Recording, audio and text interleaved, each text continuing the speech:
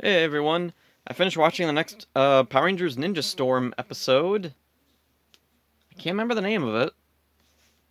Eye of the Storm, I think? Okay, whatever.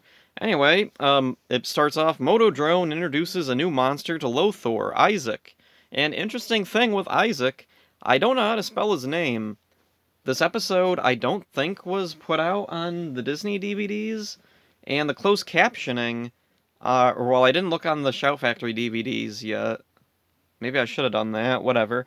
I looked it up on YouTube. I turned the closed captioning on, and Isaac just comes up Isaac, like how it's normally spelled. In the end credits of this episode, Isaac's name isn't there. Or maybe there is a version out there where his name is in the end credits, but as far as I know, his name is just Isaac. There's no, like, pun or anything, even though there easily could be. On Ranger Wiki, they chose to spell it I as in Eyesaac. But I don't know for sure if that's even what the writers intended for his name to be, so whatever, moving on. Isaac's power is he can create nightmarish illusions, trapping people in their own worst fears. He does this by blasting a collar thing around someone's neck, and that traps them within this weird nightmare illusion. So he tests it out on Mara and Capri, and we get to see into what their insecurities are. Mara is afraid of being laughed at, and Capri is afraid of spiders. And I love the like nightmare illusion world that they're in. It's this like black cube room and the walls are covered with eyes. That's pretty cool. So, and it's also a very dark and disturbing image, and I can imagine this could really freak out some kids back in the day. In fact, I think I remember seeing this. This episode is very like familiar to me, so I must have seen this on TV. It didn't make much of an impact on me though, because pretty much the impact was I see it now and I'm like, oh hey, I remember that. So anyway, the other thing going on, Shane is talking to the other Rangers about his older brother is coming over for a visit. He's really nervous because in the past his brother hasn't been like super close with him. He's never approved of the choices he's made in life. And anyway, oh yeah, his brother's name is Porter. This doesn't really come up often in the episode. I think his name is said maybe once or twice. So throughout my notes, I was just writing his brother. I'll have to go through and like pepper in his actual name. So anyway, he meets up with his brother Porter, and Porter tries to talk to Shane about following a path that their parents want. Shane insists he doesn't care what his parents want, and his brother sternly tells him, I have a meeting to get to, we'll talk about this later. And I like the way that they talk. The way Porter talks to Shane isn't so much like a brother, or even a big brother. He talks to Shane like he's a parent, or like some other kind of adult. It's an interesting little bit of depth for how, like, insight into their relationship, but unfortunately, this doesn't really go anywhere. It kind of just stays here. It's neat for when it happens, anyway. Motodrone and Isaac attack the city, and Cam calls the Rangers to stop them. Shane's morpher is in his duffel bag, and he doesn't hear it at first. Once he does hear it, he rushes to join the Rangers, and he uses his ninja super speed to get to the scene of the attack. And while he does that, he brushes past his brother. His brother thinks he recognizes Shane, so he follows, and he sees Shane fighting the Kelzax using his Battleizer to fight Isaac, and his brother is super impressed. He's like, wow, my brother is a Power Ranger. I just love the big smile on his face, and he's like, wow. I love it.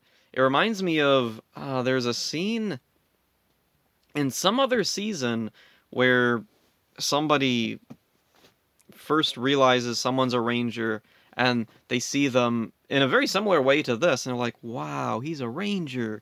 I can't remember now who it was or what season or what episode it was in. I don't know. It's also the way that it's shot reminds me of in Power Rangers Samurai when Bulk and Spike find Antonio's morpher and they think it's a phone. They're going around trying to find who it belongs to. Then it gets a call or a text or something saying meet here, and they're like, oh, someone who knows this person uh, called, and so then they go to the location and they turn the corner. We're here, and then they see the monster and they're like, oh, and then they leave. for some reason, just the way Shane's brother like looks around the corner and the way Bulk and Spike turn the corner reminded me for some reason of each other. I don't know why. Maybe it's the same location. Anyway, just out of sight, oh, my notes jumped around. That's weird. Okay. Okay, so after the fight, Porter reveals to Shane that he knows that he's a ranger, and Shane tells him the whole story. Porter's really proud of him, but just out of sight, Motodrone is listening in. Just out of sight somehow in broad daylight, just standing there. Whatever. Anyway, Shane talks to Sensei about his feelings on his brother, and we get a little bit more insight into how they know each other, how their family was. And Shane's happy that his brother is proud of him, but he still feels insecure about their past. His brother was always a lot older, and there's a part where Shane mentions that it felt like we were from different families, implying that they weren't particularly close. Possibly his brother was, I don't know, like out of school, off having a job while Shane was a kid and going to school, and he probably didn't see his brother a whole lot, and probably did consider him to be more like a second parent than more than an older brother.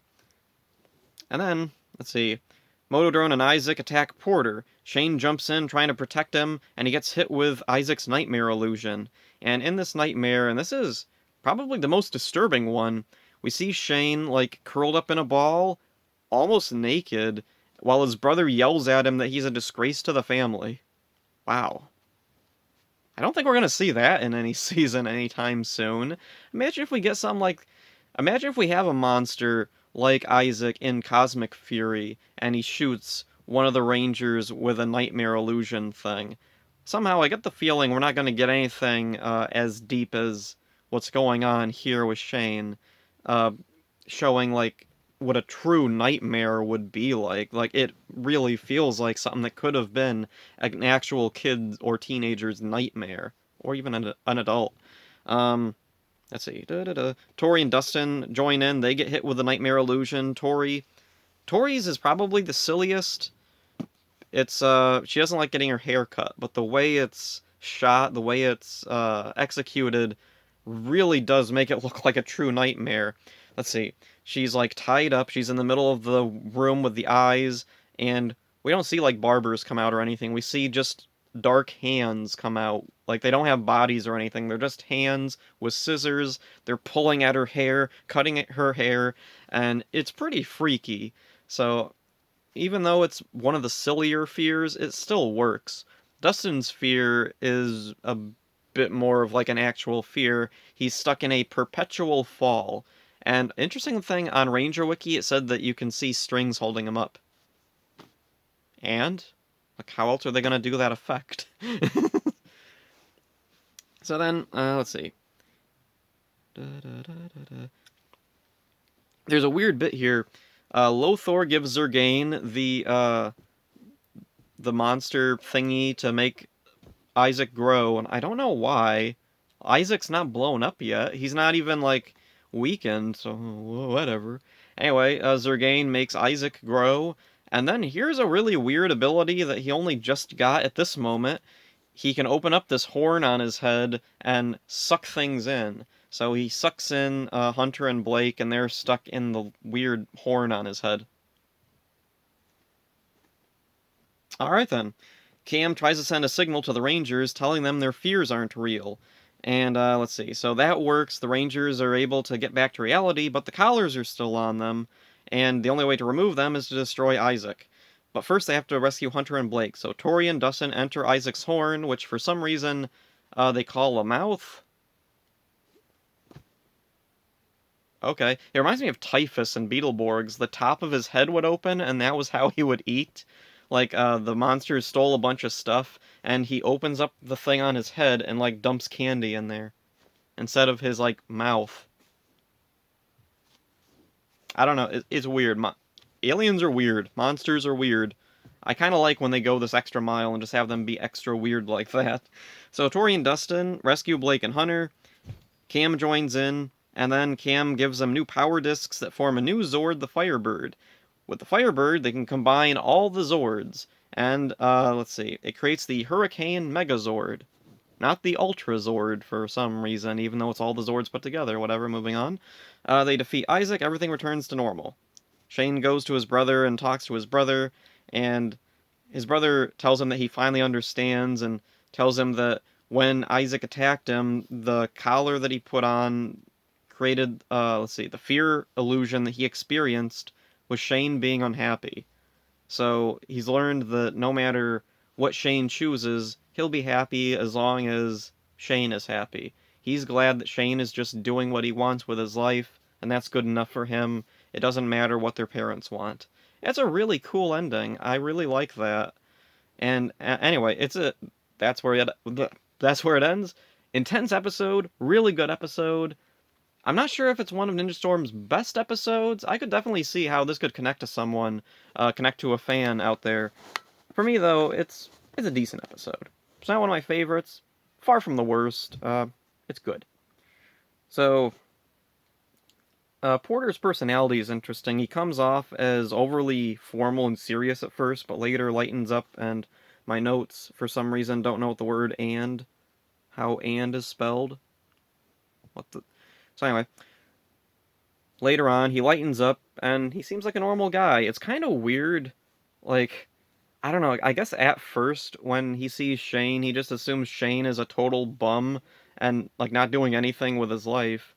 But then later on, when he realizes he's a ranger, he's like, oh, okay, I can be normal around him. I don't know. It's kind of weird, but whatever. Also, I was thinking, maybe, like, the way Porter presents himself isn't totally supposed to be literal. Maybe it's more supposed to be the audience is seeing through Shane how he views his brother. Like at the beginning, he sees him as overly stern and like demanding at him, but then later, when he's lightened up, he sees him as just a normal person. Probably not. I'm probably thinking too deep into this, but moving on. Oh yeah, Motodrone's voice sounds a little bit different this time. I don't really know if it really is or not, but it sure sounds. I don't know, for some reason his voice really stood out to me. It sounds gruffer and like growlier than usual, kind of scratchy. Has he always sounded this way? I don't know, something about his voice sounds very different. Oh, and one of the things, the stock music is still around, it's still annoying, it's really overbearing, especially in this episode. There's times when something happens and the music just blares, and it is that stupid stock music again. Oh, and also, interesting thing, I went to Ranger Wiki for this episode. I don't remember why. Oh, it was just see if they had a spelling for Isaac's name. There was something interesting they talked about with this episode. Now I don't remember what it was. Okay, now I remember. Isaac. They spelled his name really weird. They spelled it, Eyezak. No idea where the official spelling for that is, or if there even is an official spelling. But anyway, one of the things they mentioned is, let's see. Let's see. Oh yeah, Isaac looks very similar to Motodrone. Does he? Like, he's the same color scheme, and he has some of the same design elements, but, like, if it wasn't for Hurricaneger making them the same character, well, they have them as the same character, we made them separate characters, I wouldn't think at all that they look anything alike. Their powers are completely different, their, like, body shapes are completely different, their abilities, what they do, how they sound, everything is completely different with them. They don't really have any, like, I don't know, maybe just, they could have taken out the very and just have Isaac look similar to Motodrone and not very similar. Ranger Wiki, stop exaggerating things. And also, there's an interesting thing. Isaac is the only monster to not return from the Abyss of Evil to aid Lothor in the final part of the two-part series finale episode of Ninja Storm, Storm Before the Calm. It might be because, unlike other monsters in Ninja Storm, he comes from a central Sentai villain. What sense does that make? The final episode wasn't Sentai footage. All the monsters that come out of the Abyss of Evil with Lothor, that was all American footage, wasn't it? Like, it had to be, because Lothor's there. So why wouldn't Isaac just be treated as just another monster? Who cares how the Sentai utilized him? They certainly didn't in this episode. He's just a one-off monster of the day. Ranger Wiki, what's wrong with you? So anyway, That's about it for this one. Hope you enjoyed it. See ya.